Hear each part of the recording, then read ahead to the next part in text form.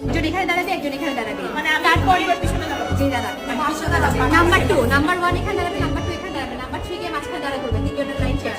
4 এখানে দাঁড়াবে, তারপর 5 এখানে দাঁড়াবে, 6 মাঝখানে দাঁড়াবে। সে তার মাঝখানে ধরো ওই সাইডে দুইজন, রাইট? সো একটু স্পেস নিয়ে নেই যাতে কেউ কাউকে ঢেকে না দেয়, সবাইকে যাতে দেখা যায়, আর মাঝখানে স্পেস খালি রাখবি, যেখানে কেউ দাঁড়াবে।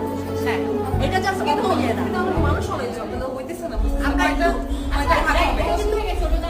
একটু আগে পিছে, এক্স্যাক্টলি। আমি বলি এটা কিন্তু খুব ভাগ করে করতে হবে এরকম না, মানে সবাই বাধা আমরা বুঝবো না যে কোন জায়গায় দাঁড়াবে। এইটাই সমস্যা, এটাই সমস্যা। আচ্ছা ওখানে গিয়ে সবাই এরকম করে কি 4 জন 3 জন 4 জন আমি এটাই বলতে পারি, এটাই বললাম।